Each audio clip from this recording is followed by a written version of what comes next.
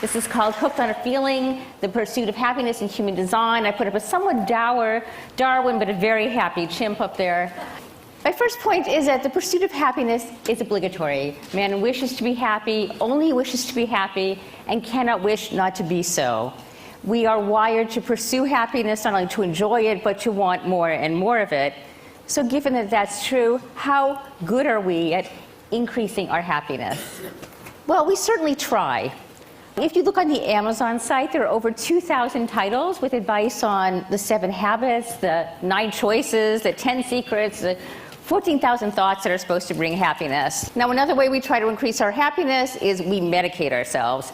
And so there's over 120 million prescriptions out there right now for antidepressants. Prozac was really the first absolute blockbuster drug. It was clean, efficient, there was no high, there was really no danger, had no street value. In 1995, illegal drugs were a $400 billion business, representing 8% of world trade, roughly the same as gas and oil. These routes to happiness haven't really increased happiness very much. One problem that's happening now is, although the rates of happiness are about flat as the surface of the moon, depression and anxiety are rising. Some people might say this is because we have better diagnosis and more people are being found out. It isn't just that. We're seeing it all over the world. In the United States right now, there are more suicides than homicides. There's a rash of suicide in China, and the World Health Organization predicts by the year 2020 that depression will be the second largest cause of disability. Now, the good news here is that if you take surveys from around the world, we see that about 3/4 of people will say they're at least pretty happy. But this does not follow any of the usual trends. So, for example, these two show great growth in income, absolutely flat happiness curves. My field, the field of psychology, hasn't done a whole lot to help us move forward in understanding human happiness. In part, we have the legacy of Freud, who was a pessimist, who said that pursuit of happiness is a doomed quest. It's propelled by infantile aspects of the individual that can never be met in reality. He said one feels inclined to say that the intention that man should be happy is not included in the plan of creation. So the ultimate goal of psychoanalytic psychotherapy was really what Freud called ordinary misery. Freud, in part reflects the anatomy of the human emotion system, which is that we have both a positive and negative system, and our negative system is extremely sensitive. So, for example, we're born loving the taste of something sweet and reacting aversively to the taste of something bitter. We also find that people are more averse to losing than they are happy to gain. The formula for a happy marriage is 5 positive remarks or interactions for every 1 negative. And that's how powerful the 1 negative is. Especially expressions of contempt or disgust. Well, you really need a lot of positives to upset that. I also put in here the stress response. We're wired for dangers that are immediate, that are physical, that are imminent. And so our body goes into an incredible reaction where endogenous opioids come in. We have a system that is really ancient, and that's really there for physical danger. And so over time, this becomes a stress response, which has enormous effects on the body. Cortisol floods the brain. It destroys hippocampal cells and memory, and it can lead to all kinds of health problems. But unfortunately, we need this system in part. If we were only governed by pleasure, we would not survive. We really have 2 command posts. Their emotions are short-lived, intense responses to challenge and to opportunity. And each one of them allows us to click into alternate selves that tune in, turn on, drop out thoughts, perceptions, feelings, and memories. We tend to think of emotions as just feelings, but in fact, emotions are an all-systems alert that change what we remember, what kind of decisions we make, and how we perceive things.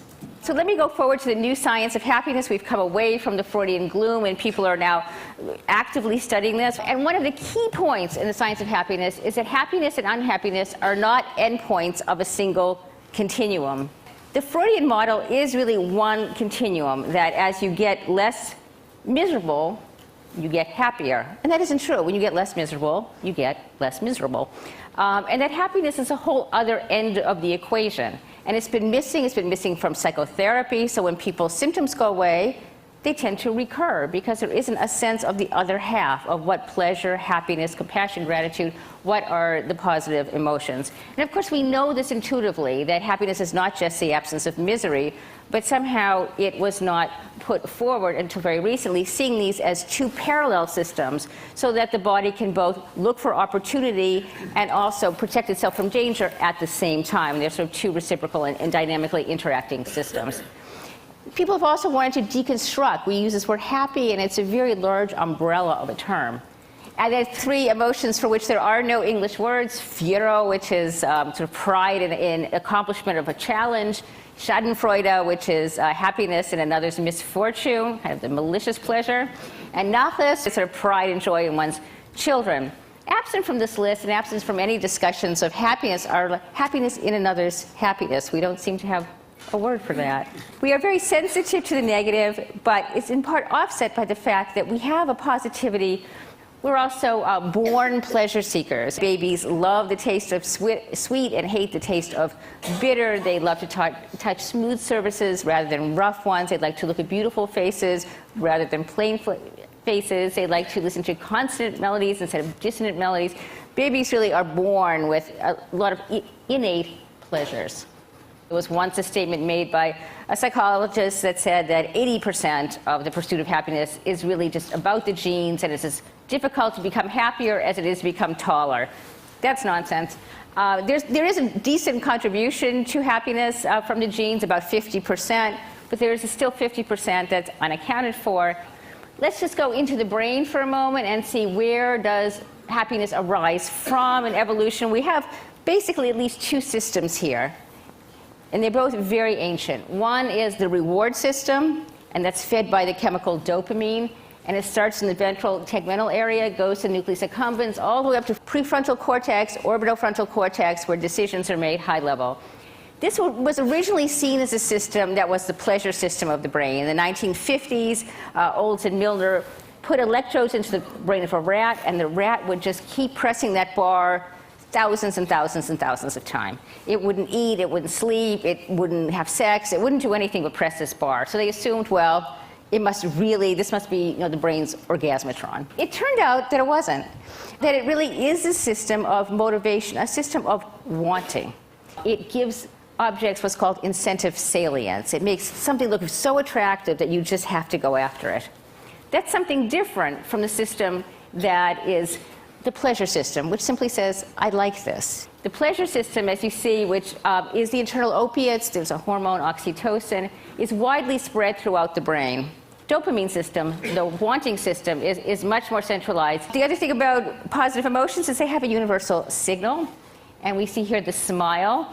And the universal signal is not just raising the corner of the lips into the zygomatic major, it's also crinkling the outer corner of the eye, the orbicularis oculi. So you see even 10-month-old babies, when they see their mother, will show this particular kind of smile. Extroverts use it more than introverts. People who are relieved from depression show it more after than before. So if you want to unmask a true look of happiness, you will look for this expression. Our pleasures are really ancient, and we learn, of course, many pleasures, but many of them are based, and one, of course, is biophilia, that we have a response to the natural world that's very profound. Very interesting studies done on people recovering from surgery who found that people who faced a brick wall versus people who looked out on trees and nature, the people who looked out the brick wall were in the hospital longer, needed more medication, and had more medical complications. There's something very restorative about nature, and it's part of how we are tuned. Humans particularly so, we're very imitative creatures, and we imitate from almost the second we were born. Here's a 3-week-old baby, and if you stick your tongue out at this baby, the baby will do the same. We are social beings from the beginning, and even studies of cooperation show that cooperation between individuals lights up reward centers of the brain. One problem that psychology has had is, instead of looking at this intersubjectivity or the importance of the social brain to humans who come into the world helpless and need each other tremendously, is that they focus instead on the self and self-esteem and not self-other. It's sort of me, not we. And I think this has been a really tremendous problem. It goes against our biology and nature and hasn't made us any happier at all. Because when you think about it, people are happiest when in flow, when they're absorbed in something out in the world, when they're with other people, when they're active, engaged in sports, focusing on loved one, learning, having sex, whatever. They're not sitting in front of the mirror trying to figure themselves out or thinking about themselves. These are not the periods when you feel the happiest.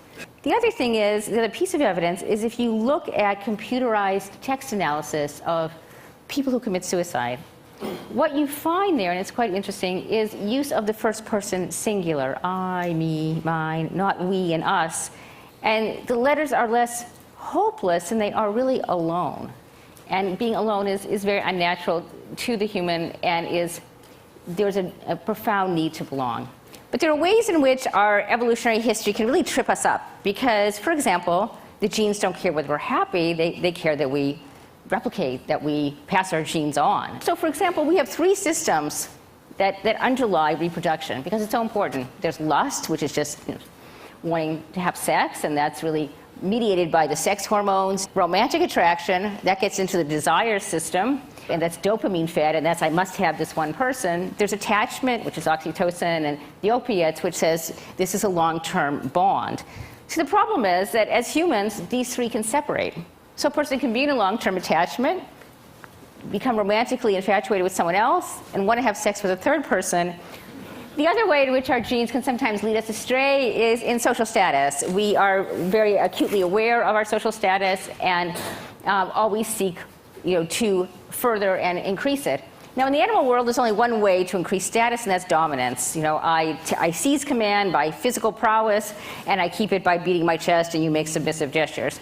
Now, the human has a whole other way to rise to the top, and that's the prestige route, which is freely conferred. Someone has expertise and knowledge and knows how to do things, and we give that person status. And that's clearly the way for us to create many more niches of status so that people don't have to be lower on the status hierarchy as they are in the animal world. The data isn't terribly supportive of money buying happiness, but it's not irrelevant. So if you look at questions like this, life satisfaction, you see life satisfaction going up with each rung of income. You see mental distress going up with lower income. So clearly there's some effect, but the effect is relatively small. And one of the problems with money is materialism. What happens when people pursue money too avidly is they forget about the real basic pleasures of life. So we have here this couple, do you think the less fortunate are having better sex? And then this kid over here is saying, leave me alone with my toys. And so one of the things is that it really takes over, that whole dopamine wanting system takes over and derails from any of the pleasure system. Maslow had this idea back in the 1950s that as people rise above their biological needs, as the world becomes safer and we don't have to worry about basic needs being met, our biological system, that whatever motivates us is being satisfied, we can rise above them to think beyond ourselves towards self-actualization or transcendence and rise above the materialist. So I just quickly conclude with some brief data that suggests this might be so. One is people who underwent what's called a quantum change. They felt their life and their whole values had changed. And sure enough, if you look at the kinds of values that come in, you see wealth, adventure, achievement, pleasure, fun, be respected before the change, and much more post-materialist values after. Women had a whole different set of value shifts, but very similarly, the only one that survived there was happiness. They went from attractiveness and happiness and wealth and self-control to generosity and forgiveness. I end with a few quotes. There's only one question, how to love this world. And with Rilke, if your daily life seems poor, do not blame it, blame yourself. Tell yourself that you are not poet enough to call forth its riches. And say to yourself what you would be, then do what you have to do. Thank you.